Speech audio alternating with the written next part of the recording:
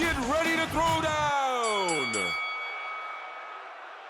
Welcome to the show, everybody. Sales Throwdown. We are here. We are using this episode to talk about a story that Clint heard from one of, a guy he knows who's also listening to the show. So, Clint, why don't you pick it up from there?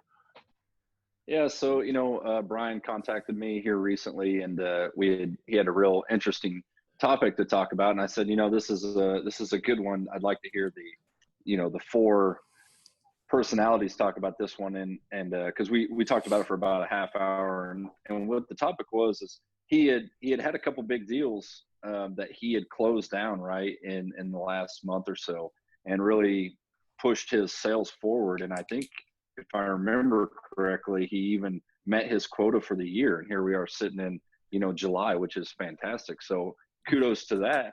But one of the things that he was talking about is like, man, because I spent so much time on those deals, I kind of forgot to cultivate the future. And so now he's sitting here and kind of starting over. So how does that work, right? And also too, now that you've sold those, because you're a really good salesman, you can do $10 million a year because I think that's your capacity. Don't forget about the maintaining side of that, right? Is that once you've sold it, now you got to maintain it. Can you take on another 10 million because you got half the year left, or should you focus on maintaining what you have, right? And there's a lot of different theories floating out there. So yeah, it was a good story. I think we're going to hear a lot of good stuff out of that. So you hear that, and what do you think about that as a D, right? If one of your guys kills it, right? It's July, he's met his goal, and he's not really motivated. Like, do you try to motivate him? Do you raise his goal? Like, do you let him coast? What do you do? Sure. Yeah. So, for me, my goal with that person, and if I had that on my team, is to shift focus only to backlog for next year, right? So if we could walk into January or whatever your fiscal year is, right? Maybe it's August, October, whatever. When you walk into January 1, now I want to be able to have that year sold out. So don't focus on deals for the day because we've met our quota for the year, but focus on deals for tomorrow or 2021. That way, when we walk into that year, everything that's sold then is a bonus on the next year. And that's awesome. I mean, your accountants love that. Your regional vice presidents love that. I mean, you're talking about building a backlog and having a future for that brick and mortar that you're in to stay open for another year, maybe two. So it's a great situation to be in. But what you can't do is get lackadaisical and forget that you are a salesman and you still need to sell, right? So there's all kinds of things that come out of this. That makes a question, because in my industry, you get somebody like that, a junior, right, that would help maintain. Do you guys plug in any ancillary staff on a heavy hitter that has that kind of potential, or pair him up with a junior? Or, I mean, yeah. It seems like there's a bigger equation here that you'd want to capitalize from a management standpoint. Yeah. The first thing for me is one of the constant variables for me in not being able to sell certain jobs is that where your overhead costs are, overheads and burdens, right? So anytime that you can job cost to a customer a burden or an overhead is huge for us, right? And that makes the next job easier to sell because we're just cheaper, right? Yeah. And money is a driver in my equation. So if I can have a big job, let's say in my world that would be $10 to $15 million project, I can shift a lot of my overhead costs for the next upcoming year, or our project is usually like 12, 13 months. I can shift a lot of cost to that, and now I can sell more at a cheaper rate, which is fantastic for me. Yeah, I can see Clint. Clint's like, now, how many cases of beer are we going to allocate to this project? Yeah. No, that's an indirect cost in the budget. Let me tell you. Throw a new F-250 in on top of that. Yeah, Oh, we call it pizza money for the guys, but we all really know what it is. There you go. You got the accountant can't be blown away about what category it fits in, so you dummy it all down, right? Hey, you never give it. You just, as long as you give it a cost code, accountants are happy. They don't give a shit what it is. Just give me a code. Yep. I have a bucket of money that equals this. You spent less than that. I'm happy. There you go. So my question then becomes, right, because the question you asked before this is like, what do you do with that guy now, right? Like, and because the other thing that's really important is that it could go the other way, right? You could be investing a bunch of time and effort into like your whale, right, and not working the rest of your And pipeline. You're not prospecting, you're not keeping the pipeline full, and everything else like this, and you're hoping and hoping, and okay, anytime now, and then what happens is that shifts at some point from being like an opportunity to being this precious thing that you have to maintain at all costs because you've sunk so much time into it that heaven forbid it goes away, right? And that's when things become like really, really off-roaded. But yeah, so let me speak to my own department, my own company. Is we are a victim of this right now because of COVID-19. I chose, we have a quota every month, and our burn rate is we need to burn about $2.5 million a month. That means we're pushing, we're bringing $2.5 million a month in revenue in so that we can cover the cost and make profit, right? That's our burn rate. And when COVID hits, right, there's a lot of things that change that burn rate. We let people go, or we realize, hey, we didn't really need that guy in the beginning, and this is a good opportunity to thin that herd out. But that lowered the burn rate, but it still wasn't as low as we thought it was, and we weren't ever going to sell that quota, and it was a lot of decisions. But the other thing to that point is that we sold a lot of $1, $2, $3 million jobs.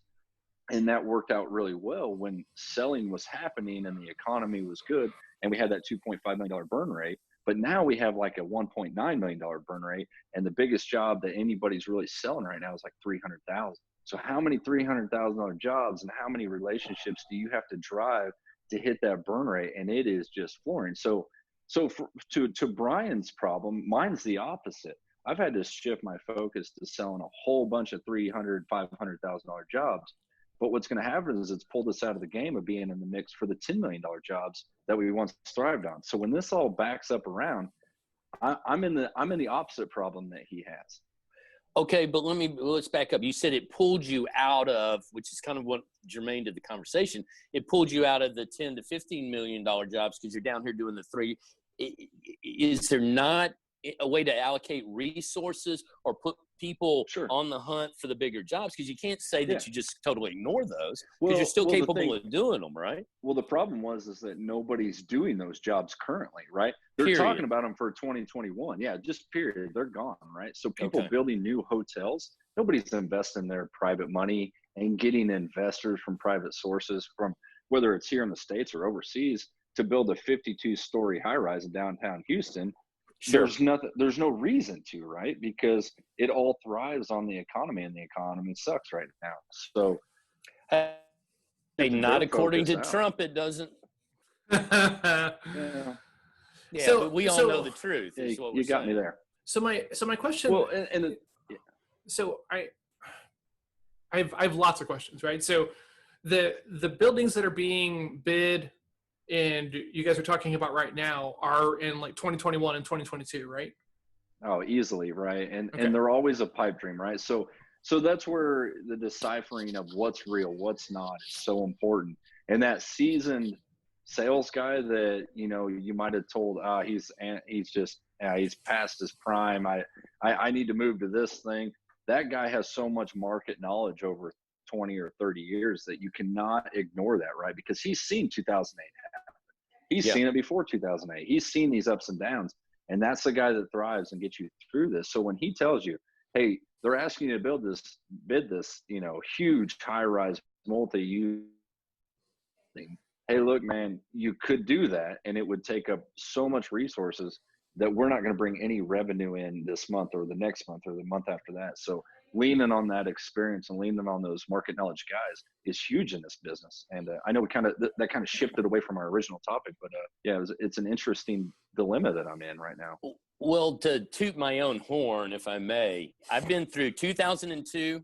I've been through 2008 and currently 9/11 and then now. And I can tell you, well, no, 9/11 and then now currently this COVID situation.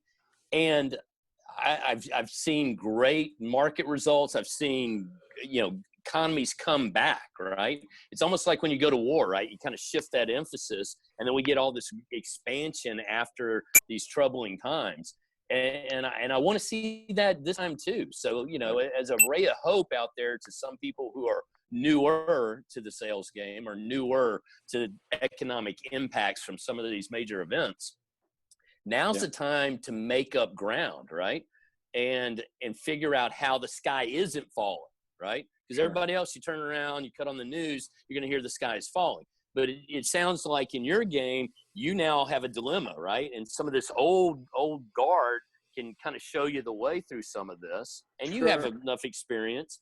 And then the newer guys, I think it's all about balancing your resources and looking at your business model. And diversity. And the big, sorry, Nan, go ahead. No, and diversifying. I think it's important not to put all your eggs in a basket. Sure. Yeah, and the diversity word comes up so much now, right? In the midst of a crisis, which it should have come up 9 months ago, a year ago, 2 years ago. Correct. Funny how hindsight experts, right? Yeah, exactly. Well, I could argue the fact that if you were running, right, because this is where a lot of people, I feel like, get it wrong, right? Because it's just like, great, you're producing, great, and then you hit their goal or their quota, right? And it's like, well, now we don't have anything to hold them to, right? So you pay for, the outputs, but you manage around the inputs, you manage around the KPIs. Hey, did you go do, 10 cold calls a day this week? Did you go to your networking events? Did you get in front of 3 to 5 new decision makers each week?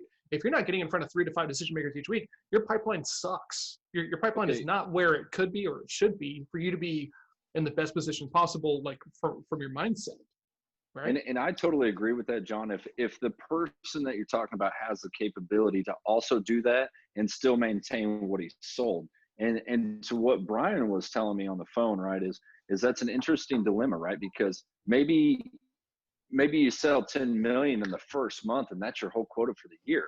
But that takes a lot of bandwidth to maintain those clients, take care of them, make sure you're answering the phone call. For sure. And because you sold it early, now you got all this dumping on you for the next 12 months. And do you have the bandwidth to even sell more than that? And that's where a really good sales manager will help you handle that problem. And there is something to that, right? Is that do I put more on top of them? And then the big whales that we got early start to fail. You start to get phone calls that say, hey, I'm not being taken care of like I said, or you guys said, I was going to be taken care of. And so you got to watch that needle move too, is that, sure, I got $10 million, but now you guys aren't taking care of me. So next year I'm just going to cut ties with you guys and go to the competitor that will actually take care of me. So don't forget about taking care of people.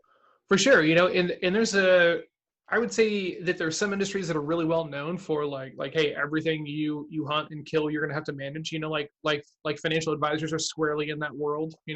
He's in banking. It's a perfect example, yeah, right? Exactly, right. So yeah, you got to maintain those relationships, and you're trying to cross sell and deepen those relationships. But at the same time, you also, I think we might have lost Al, but like you also have to keep that pipeline moving, because a lot of the way that a lot of businesses look at this is like, cool, like and I don't agree with this, but they're like, cool, you need to grow your existing book by 10%. And then we also need you to generate 20% in new growth and new business and stuff like this, because you want both sides. Just make it one number. Like just plan of like, hey, we need the business to be here to do all of our initiatives and plan all of this stuff out. Al's now calling me.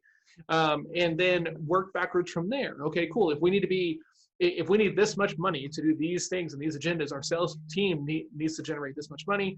So each salesperson needs to be doing this. We think that the KPIs and the weekly activities need to look like this and this and this, and then everything goes. But sure, the really interesting story was next year when it's time to reset quotas, do you jack that dude's quota like way sky high? No, I say no. I say no as well.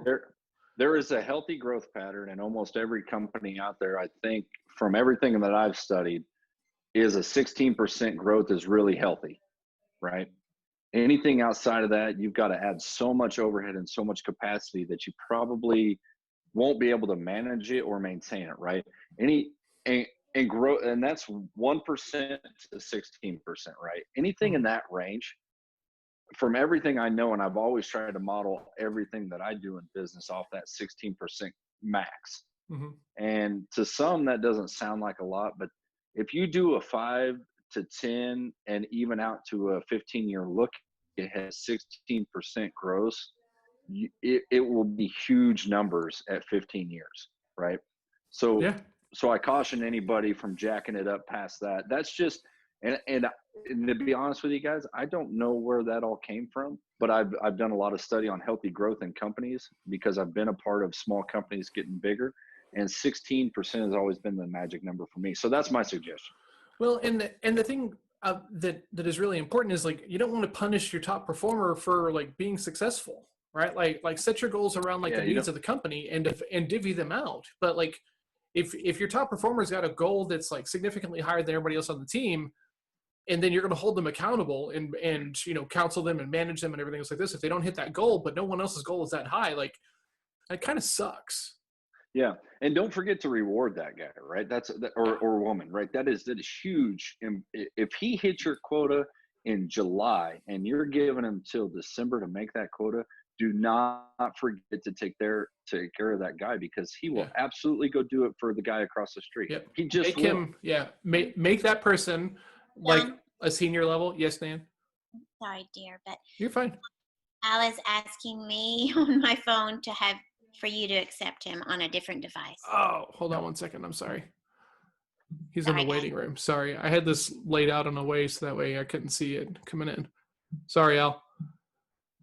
All right. But yeah, because I think, that's why certain companies have like junior level producers and senior level producers, right? And you get a nice little pay bump, or you get some bonuses or some additional things like that because you're capable of producing more. And I think that that's totally fine. But if everybody's getting paid the same base and then you're just going to ratchet up the expectations on one person because they're killing it, I think that makes you're putting all of your eggs in one basket, and that person's going to leave.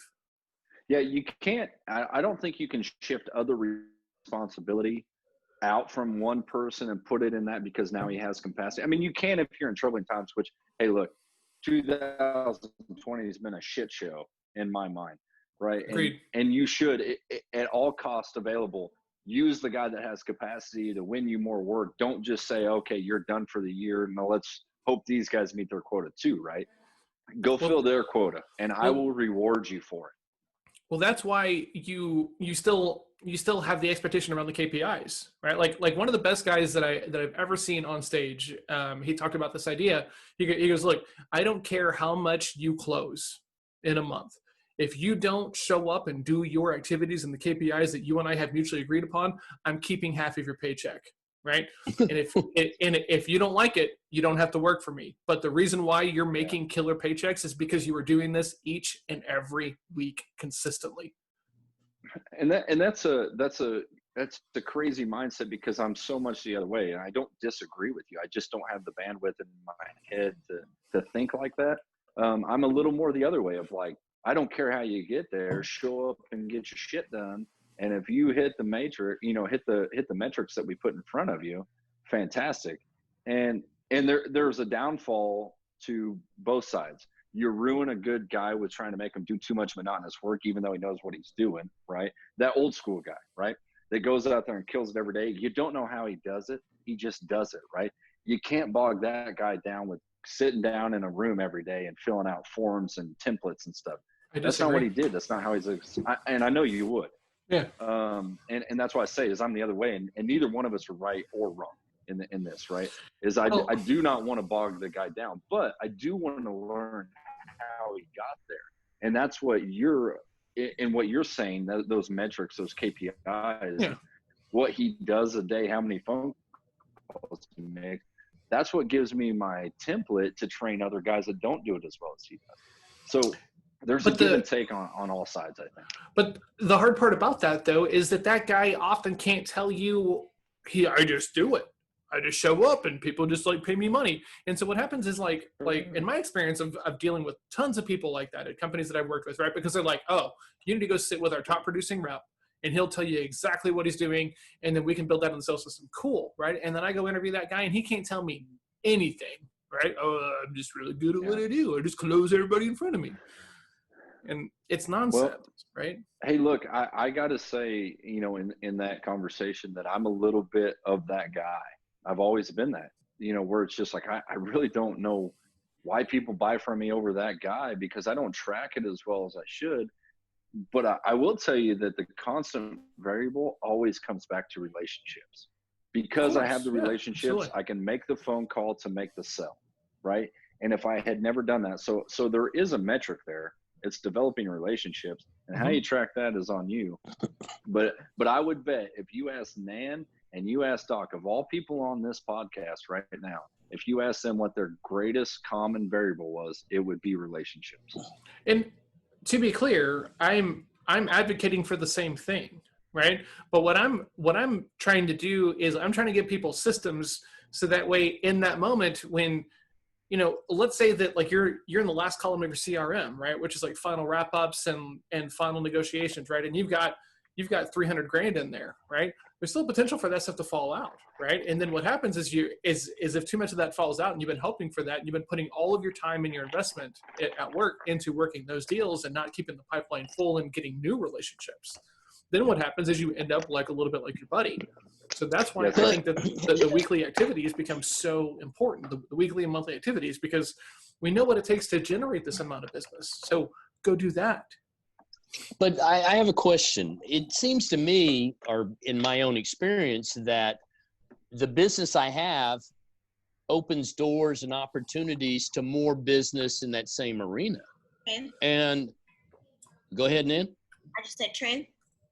So, one domino, like I said, a sale here takes me certain places where then I look at who they're connected to. I get to know the internal operations. That. I mean, maybe that's just healthcare and maybe because I've been at it, but I wouldn't think that it would be. I think it's the same in construction, if not more so, right? Where's the coach, the roach coach going to next, right? Hey, what job sites have you been out on? Just talking to everybody, the janitor all the way to the president, looking for leads on who's doing business or who's making a move or who's unhappy or who's, you're constantly checking everybody's temperature. Yeah. So, and it's interesting now that you're back in here strong, Al, I'm really curious. I want to go back. You're being serious? I did. Yeah. One of my devices went down. So yeah, go ahead. Yeah. So Doc's back, and I'm really curious because John and I were talking, and I'm curious to hear Nan and Al's opinion on this. Okay. So you got a guy that sold this quota, and next year, now his projections should be, right? You should grow, right? You should have some growth. What is healthy growth in your business as a percentage? Because what John and I were talking about was, for me, it's 0 to 16%, 16 being max. I don't want to grow too much further outside of that because there's just a lot of variables. Do you guys measure anything like that in healthcare, or what your growth potential could be? No, to be honest with you, I don't, or I haven't. I don't. Nan, what about you? I think for both of us, it's just the amount of surgeries. Right now, surgeries are slower, and so it's not a percentage necessarily, but consistently having cases is what is not. Yeah, and that's my question, right? Is if you did 100 surgeries this year and you guys were maxed out, right, working 70, 80 hours a week, could you do 116? Or could you do 130 next year, right? Well, with the same people. Yeah, you got to grow within your means. About juniors, there's always, you never don't want to increase the amount of business you're going to have, right? So you have to have someone, you bring in someone to assist at some level so you can continue, and you wouldn't not do that. And so, well, and I agree with that, Nan, to a certain extent. I've actually worked for the last company I worked for. One of the first suggestions I made when I came on board was you need a plateau year. You need a couple plateau years of no growth, but maximize profits out of what you're doing. You need to take care to the point of what we're talking about. It's like, we don't need to grow anymore. We're hitting all our metrics, but we do need to take better care of the customers. Exactly. That way, after 2 years, we can grow even better and more maturely. There's an immature way to do it, and there's a mature way to grow. So in my arena, to be honest with you, my diversification took some emphasis out of one side of the equation that was running really well and still runs well. I mean, it's easy to manage, with, a handful of hiccups. And so, I have some projects that are more labor intensive than others. I have some that are still in the growth phase. To be honest with you, on the surgery side of things, it has to really make sense to want to pick it up because we've lost margins there. It's time. I'm working on Saturday. I was up at a hospital getting some stuff set because I have to go cover a case on Monday. Yeah. And I'm just like, wow, what a pain in the ass, right? And so certain, I guess verticals are looking better than others. I think go ahead, John. Well, I was going to say, right, I mean, you said, man, what a pain in the ass, right? But like, here's the thing, right? If you're a brand new rep and this is your first shot, you're not thinking like, what a pain in the ass to be here on a Saturday. You were fired up. Yeah. Right. Well, right? So to answer that is I'm not a new rep. I'm 56 years old. I don't like the bullshit. I want stuff that's profitable, manageable, serviceable by somebody else, not me, right? I cannot be all things to everybody in all places at all times, right? Yeah. So I got to find qualified. That's a really loaded statement, right? Especially for people listening right now, and even to myself, is being a younger guy, right? With all this in my mind, sky's the limit. I can do whatever I want, but wisdom like yourself reins that back into honesty and actual matrix that I can say, okay, I can't just double my business next year. When I hear people say that we doubled our business last year, man, okay. Here's what I know about all the people in my industry, at least, that doubled their business from 20 to 40 million in a calendar year. The third year is devastating for most of those people. I think that's very situationally dependent, right? I mean, and everything is, of course, but this very, very specifically because, we were talking before we turned on the recording of, because I just network a lot, I've got lots of connections, right? And so I build trust, I maintain the relationship, and they're like, well, John, I need some marketing help. Okay, cool. I can help that through a partner. Would you like that? Yeah. Okay, cool. I'm going to manage the relationship. So I'm your touch point and I'm managing them. Would that be okay? And here's the problem about that is that I'm the only one who can manage his relationships, right? So I'm doing this to build the revenue. And then eventually what happens is I figure out the key things that are making me the most money, and I productize that and try to scale those. But that's not really the exact thing that we're talking about here. But depending upon how you run your business, if you have to do all the fulfillment, I agree with you completely, right? Trying the double is rough, right? And that's where the diversification thing comes into play. But the hard thing about that is that if you're the common thread tying all these points together, you're not, you have created a job around yourself. You've not really created a business, right? And so one of the things that I'm trying to do. I disagree. If I'm the CEO, right, I've got this production manager, okay, so I'll run down the list, right? I got Nan in the field. Go ahead. Let me stop you real quick because that's easy for you to say now that you have all those moving pieces, but go back when you were making your first sale and you were the only guy. Agreed.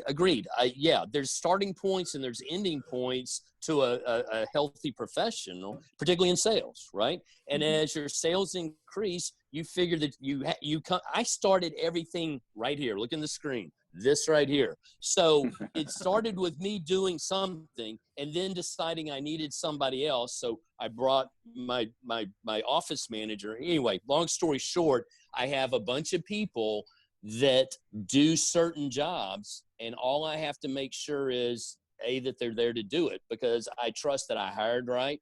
I trust that they got trained or they figured it out or I helped along the way. Nan will tell you I don't train anybody, but anyway, somehow it all works. But at the end of the day, I'm making sure, just like you do, Clint, to a certain degree, are all my people where they need to be, okay? All right, well, then I start waiting for the phone calls because if work is going on, phone calls will come in. It's silence that I don't want to hear, right? Because I know they're either avoiding me or, we're not doing much. But as long as there's this steady flow of information back to me, then I've done my job. I've built a business, not a job. Agreed. So- And I will say this is that, like, to put this in perspective, right? And we're talking a little bit about capacity and growth, is that if you started a landscaping company tomorrow and you started out with your very first job is $1,000, right? And you could do 5 of those a week by yourself, just you, right? You're the CEO and the sales guy and the guy that digs the hole, right? But then you double your business, right? That's healthy, right? $2,000, no big deal. I have the capacity for that. And then I go to 4, and then I go to 8. But eventually, you're going to get to $16,000 really fast. And now you can't do all that just because, one, you don't have enough time in the day. You're only one person, right? So you get 2. Eventually, you get to a point where there is a healthy growth that is not double. And double is a bad word in my business at the point that I'm in, and probably most of you, right? But if you're a startup, it's good for a while. And then once you get to that point, it is devastating, right? It can actually have the adverse effect that you want and bring you backwards. Well, that's when there's a luxury in that too, Clint, whenever you know that statement of that double. So then you start looking at the better deals and not everything that comes across your desk. You hear about it, but you're like, no, probably not a good move. I've been down that road before. No, I know that character. No, I'll call and vet somebody over a deal, with 5 phone calls. Should I work with this group or that group? And they're like, if you want to lose money or you want them to steal your money. And then you're like, thanks for the info. Next. Exactly. And to that point is like, that's mature growth. What you just said is, I'm vetting out jobs. I'm picking the people that I want to do business with and they want to do business with me, so that we can both grow our businesses, because it works both ways, right? Versus saying, I just want more money and I want more revenue for the year. So therefore I take on this customer I know nothing about, don't give a shit. They just pay me a check. There's a very different mindset there between the two. So I have a client that a couple of weeks ago, so they do video production for people, right? And they work with like some really high-end nonprofits, as well as like some of the bigger hospitals like Cook's Children's and things like this, and THR. And he calls me the other day, and he's someone I work with on a recurring basis. We practice and role play, and I help him out as like a coach, I guess. And so he's like, man, John, I got to go show up to this video shoot on Monday. And when I gave him my pricing, they cut it in half. So I told them it would be 8. They said that they can do it for 4, and I don't know what to do. And I was like, well, do you make money at the 4? And he goes, no. And I said, okay, are you willing to lose money to maintain the relationship? Right? And he was like, well, I don't know. And I was like, are you worried that you're setting a precedent by going and accepting never these break terms? price, never break price. I hate it more than anything. So we're kind of talking about it, and he was like, man, I don't know what to do, because this is on Monday and it's Friday. And I was like, look, here's the deal. As of right now, you're not going to this job. And he's like, wait, what? And I was like, if you show up, you're telling them that you're okay with them cutting your pricing in half, right? And ideally, we talk about this beforehand, but this is where we are. But you need to get it through your head, like as of right now, like this is a money losing decision, not a money making decision. Yeah, it's a really good point, because it happens. So I live in a market, and I was to be honest with you guys, I was floored. I was blown away when I moved from Dallas Fort Worth area market to Houston market. And everybody told me, you are walking into the lion's den of shitty markets, right? It gritty, is backhanded deals. It's gritty. There's people that have been doing this for 40 years, and you're going to try to come in as the new guy. They're not going to hear a word you say, and they're still going to do these backhanded deals, even though you have the best price, you have the best product, you've developed a relationship. They will still go with this guy because they have a brown bag of money, or whatever the case may be, right? They're best friends with somebody's cousin, sister, whatever the hell. I am in that market, and I fully see it all, right? But what blows my mind is that I continually pump out pricing. One, it's non-negotiable. This is my cost. This is the profit that I want to make for the growth that I want next year. This is my price. Take it or leave it. And if the faster you leave it, the faster I can present that same job to somebody else, right? Absolutely. And that is my motto. And I will push that in this city until people start coming around, right? Until those old habits die and I'm the new habit. And I do it every week, and I get shut down. I get people on my own team that says that's not the way we do it in Houston. You got to start high, you got to bid low. We give them a shitty budget in the beginning, that way we get on the roster, and then we give them a price that's actual reality. I refuse to do any of that because I think it's shitty business practice, right? I agree. And I just refuse to do that, and I don't let my team do it. And eventually, though, right, it will have to turn. It just will, or I will die on my totem pole saying, Yeah. hey, this is how I did it, right? Here's the deal. Okay, You're either successful or you're not that. there anymore, you know? That's right. Exactly. So, well, Clint, it to is speak interesting. to speak to that, in healthcare, Houston has the same reputation. Mm. It is It's just a interesting, right? gritty, tough market. And I know guys who are down there in it, and it's the wild, wild west down there. It really is. And to be honest with you, what I find that is the constant variable with different cities I've lived in, different markets that I've operated in. It reminds me a lot of Chicago. Oh, and we all know Yep. who runs the Chicago, right? Oh, God. It's the unions. Yeah. No, and I'm not getting political here. It's literally just it's the union halls, right? And it's the family tree. It's the last name. It's politics involved. And to be honest with you, every successful place I've lived in, Dallas Fort Worth is very much the top of my successful area that I've ever lived in, right? Where they just have a great economy. I think things run smoothly. I've even been on job sites where me and my competitor have half the job and we work great together. Union, Yeah. non-union, right? Oh yeah. It's the same epicenter with what we do. for greatness. Yeah. Yeah, it's an epicenter for greatness, right? And there's not many areas out there that do that. And the ones that are crazier, New York, New Jersey, Southern California, Houston happens to fall in that category. And there's always one constant variable, and it's just these underhanded deals, these shady businessmen, everybody that we try to work around. And I'm telling you, man, they're here. It's interesting, though. I will never forget it. The beginning of the end for me of working for Al, there was a surgeon that I heard about. Don't say it that way, but go ahead. This was a big thing for me mentally is whenever I figured this out. There was a surgeon that I saw, and I said, hey, Al, like, I don't have any records on this guy. He's not like he's in the area that we had talked about me covering, but you never told me anything about him. And Al goes, oh, that's because he's in a pod.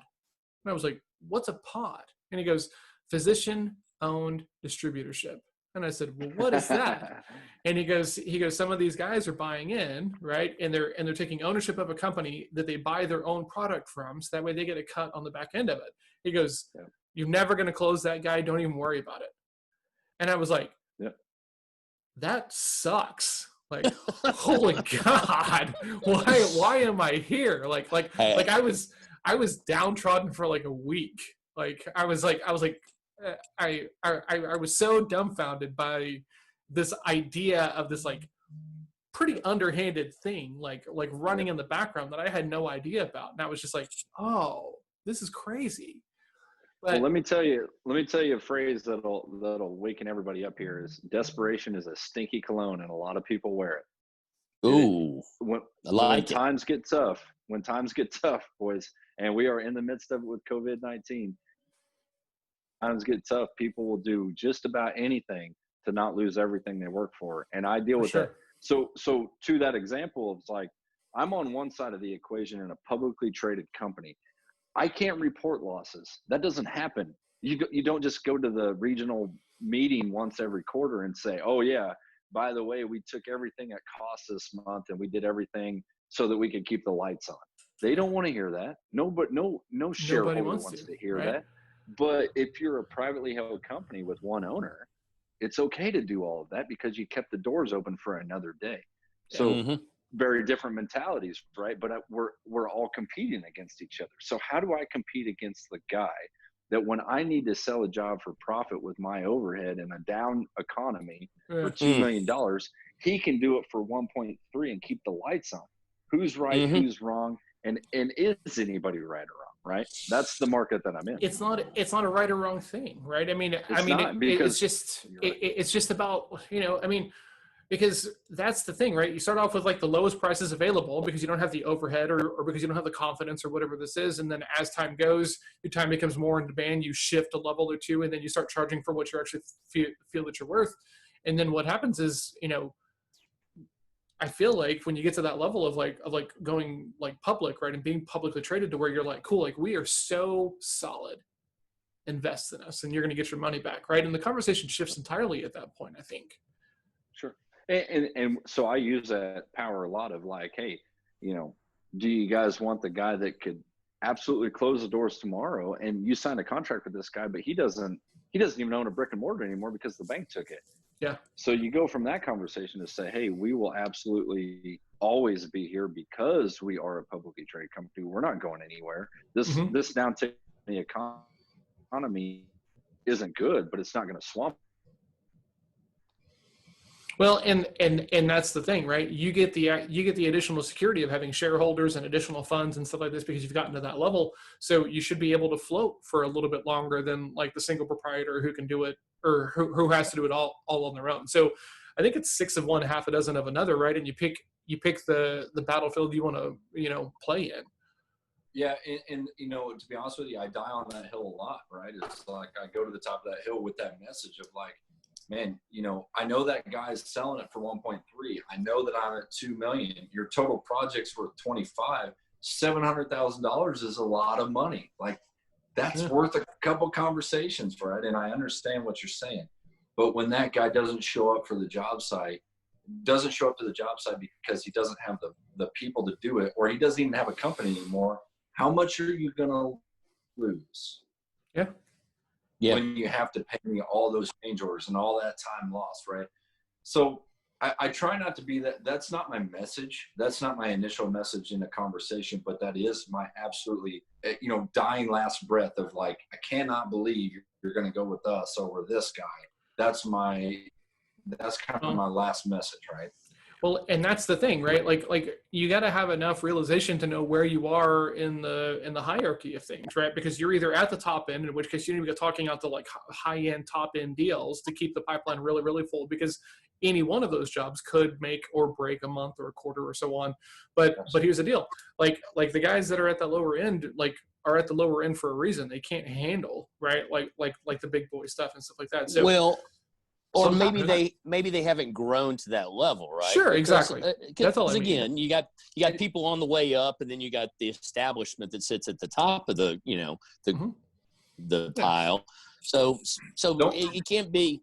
And don't forget that most small people, and I say small people because like startup companies is what I'm referring to. Yeah. Most startup companies came from somewhere else, right? Hardly anybody has a new idea anymore. Hardly anybody's so innovative, right? So, hey, I started a new private health practice. I probably came from a Baylor, Scott, and White, right? Of course. And I learned how they did it, and now I'm going to try to do it better, right? Yeah. Everybody's in that boat.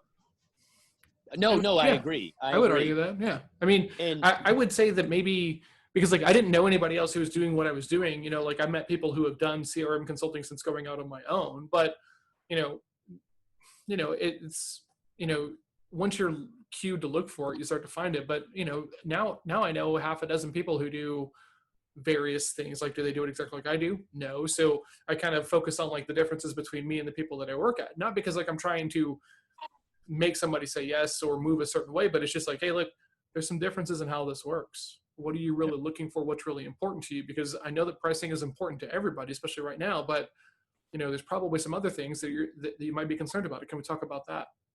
So there is a little bit of growth that I want to talk about here in this conversation, because if you do not sell today and you don't sell tomorrow and you don't sell by the end of the month, you will have no brick and mortar to sell from eventually.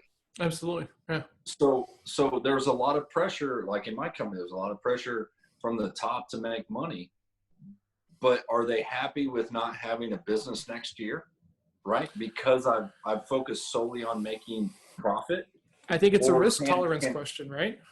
And it is. And you got to know, the thing is that you got to know those topics to talk about in those meetings, and you should always bring this up. For what I do, not only am I selling to my customers, right, and also my vendors that supply me all the stuff to sell to my customers, but I have the same job upwards to a corporate environment that tells why I'm doing what I'm doing here and explaining it to, okay, do you approve? And if you don't, what do I need to change? So don't forget, like, and I don't know, everybody's not in that situation, but there are a lot of people out there that are in that corporate environment that just, sometimes you got to be the best salesman to your customers, but also to your sales manager, to your regional to your vice company. Yeah. Absolutely. Absolutely. I I'll do it never- all the time with my boss. I'll never Yeah, forget. Well, hey, Nan, your boss is an asshole, so no big In 2008, this company, Northwestern Mutual, which is one of these kind of like independent financial advising companies. Oh, They we've heard of it. okay, so you never can tell. So so they had an ad for like sales. I applied for it, and they gave me the job on the spot, and I was kind of like, okay, like this is weird. And then now knowing what I know, because I've known some other people that have been through that program, the reason why they were interested in talking to me was because of the kung fu thing. Because I kind of talked about that in the thing. They're like, well, hey, like what kind of circles do you run in? And I was like, well, I do this, but I also practice kung fu. And they're like, well, how big is that? Was that school? And I was like, it's a couple, like just over like 150 people. And they're like, oh, okay, cool. So that's like 150 people you can go talk to. Right. And they were willing to give me that job, right. That I obviously probably would have failed at. Because like in 08, I had none of the skill set and was not ready for like this kind of job. Simply because like I had a network baked in, because they were already looking at the relational kind of stuff. Like, hey, how many people are willing to pick up the phone whenever you call them? And I think there it is. There's now the show can start. But like, I think because normally the people who normally come through that program are like doctors' kids, right? And like trust fund kids and private school kids and stuff like that, because they've got a network of wealthy individuals all the way around, right? And they go after those people with such a gusto. It's pretty crazy. Well, John, here's what. Now, you missed a golden opportunity when they said how many people. You should have just looked at them and said, "You do know who Bruce Lee is, right?" then you go, wow. No. Did you say I do everything from the center? I didn't. Exactly. I didn't do any of those things, right? Like this was right after. Hold on. Let me show you this. No, this is the knife, man. Hold on. Let me move my screen up so that way I can see how badly Al just did that. Okay, Al, do you want to do it again? Exactly. Yeah. As your coach, let's just go ahead and break that down for everybody watching. Of course. But no, like I mean, in 2008, in 2006, I quit my job to play poker full time, and then in 2007, when I decided to go get a job, I just got back into the workforce. I was working at Pier 1 Imports, and so I knew I wanted to get back into sales, and so I interviewed for AT&T. I interviewed for Northwestern Mutual and this other company called Oxford, which did kind of like high-end recruiting and placement services. And I went with AT&T, thankfully, because I think I would have burned out of either one of the other jobs at that time. So or you might be an RVP right now. What's that? I said, or you might be an RVP right now. Exactly. Maybe. Now, in 2000, I mean, here's the deal. I wasn't really coachable around sales until I was finally frustrated by not being successful with Al. So in 2008, I had a bunch of ego with no real skill set and would have probably crashed and burned, right? If there wasn't the right like methodology and mentorship and stuff like that at a company, I would have failed completely, for sure. Yeah. Hey, so let's wrap this up, right? We're talking about a lot of stuff here. I think we're probably 45 minutes in, somewhere in there, John. Right around there, yeah. Yeah, let's wrap this up. Yeah. Good. Anybody have anything left to say in closing? Nan, you've been really quiet, like this episode. I mean, I don't know if that's on purpose or. No, I was just listening. The only thing I'd like to say is we always talk about relationships, and I think the same is true here. Building relationships outside of, like different companies, different people that you need to pull in to help you with a company as it grows. Relationships across the board. You need all kinds of diversified relationships as well. I think it's funny that most people don't know this, but the reason why I'm here is because of two relationships that I built in a martial arts school. Like I met Al at Kung Fu, right? And he was a tall guy, and I'm a little bit taller than Al is, and so we got paired up a lot. And then Jeff started to come. You got your ass kicked by me in the streets. Was that your second lesson? No, that has not happened. But then Jeff started to show up, and he's a tall guy as well. So then I got paired with him, and I was just networking without even realizing that I was networking. Hey, what do you do? Right. And then the only reason I networked with Al was because like I just wanted to give him shit because he kept showing up in scrubs, and we're like, we get it, dude. You're a doctor, right? Literally what I said to Al. No, Thanks, John. thanks. Actually, can I tell this story, Al, about the woman who was out of class? Is this gonna like offend you too hard? Do what? That was out of what? Yeah, I don't know. There was this young female who was coming through the school at some point during Al's like earlier age of coming through the school as well, and she had disappeared for a while, which was kind of crazy because she had been kind of lauded as like a prodigy because she'd been in dance for a long time, was very flexible, had good control over her body and stuff like this, and so she was kind of killing it and really like accelerating through all the learning. So then she disappears, and then she comes back, and I see her, and I was like, hey, are you okay? You know, we thought you might have quit. And she goes, yeah, I had some cysts, and one of them like exploded. And I was just like, oh my God, I'm so sorry. And then I was working out with Al that day. So like I'm holding the pad for Al to like kick it. And he kicks the pad, and he was like, just like one of those cysts. And I was like, I love it. and I was like, you know what? Me and this guy can be friends. Like, yeah. But yeah, you know. I do remember saying that. I'm sorry. Wow, man, dude. I'm gonna burn for that one. I was like, okay. Hey, so such a dose of compassion that I can send somebody. Yeah. Not one of my better moments, folks. Not one of my better moments. So. Anyway, guys, I completely disagree. I think it's your best moment. Al is out. In the words of one of our friends, he is the offspring of two sailors getting together and mating, and like that's the only reason that we've got. Oh, that's horrible, man. That is horrible. I didn't say they were male sailors. Hey, what I love about Al and most eyes that I know is that I can tell you to go F yourself and you hate me forever. He could say the exact same words and he'd say, oh, dude, the friends forever. I don't get it. It's beyond me. I love you for it.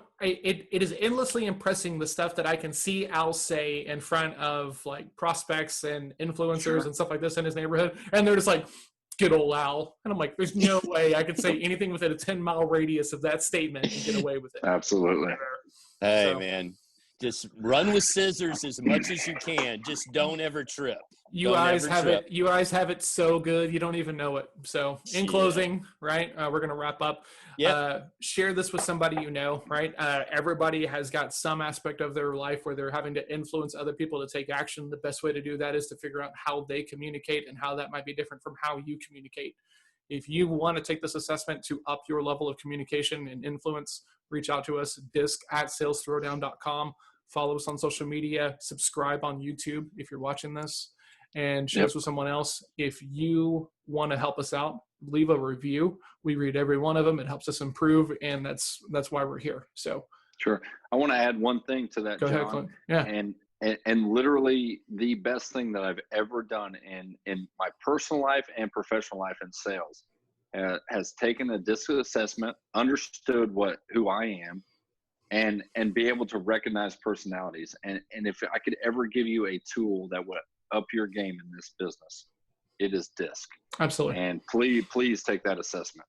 You know, I would say that the 80-20 of this, however you want to look at it, the reason why we have been successful and have gotten to these points and periods that we are in our life is that the unifying factor is the personality stuff, knowing how you are wired differently from some of the people that you're talking to and the changes you must make to build rapport, which leads to trust, which leads to sales. Yeah, and there's so much growth that I've done personally, professionally, with the three of you guys on this podcast, being able to make the phone call to a C and saying, hey, I'm dealing with this guy. This guy is a lot like you. if I said this, how would you take this? And you say, don't say that, say this. Guys, that's invaluable information that you can gain from taking these personality tests. Trust me, I've been there. Possible, not even just in sales, in life. In life. Anything. In Yeah. life. And for a D to raise his hand and say, I have a weakness, that was my weakness, right? Yeah. Not knowing that. I mean, you said it in the last episode, and I've been saying it for years. Like every one of us brings our own crap and head trash and limitations and blind spots to the game. So you need the other people around you so that way they help. But here's the deal. You were going to automatically sell out of the box just like you want to be sold to. And sometimes that is going to burn your opportunity. So come take an assessment, figure this stuff out, because it is going to up your game, right? We are not as influential as we think we are until you really understand how this stuff actually happens, the psychology of sales. So. And if you go back an episode, right, me talking about the easy button of sales, and to be honest with you, there is none, in my opinion. And there's all these people trying to sell you this stuff. If I could invest my money going back 10 years into any one thing, it would be personality assessment. And I promise you, if you take this assessment, get with us. We will help you out. It'll be the best money you ever spent. Absolutely. All right, guys. Thanks so much. Yes. We'll see y'all soon. Go out there and sell something. Be safe, share, and leave a review. We would love it. Thank you so much. Cheers. Go get busy. See you guys.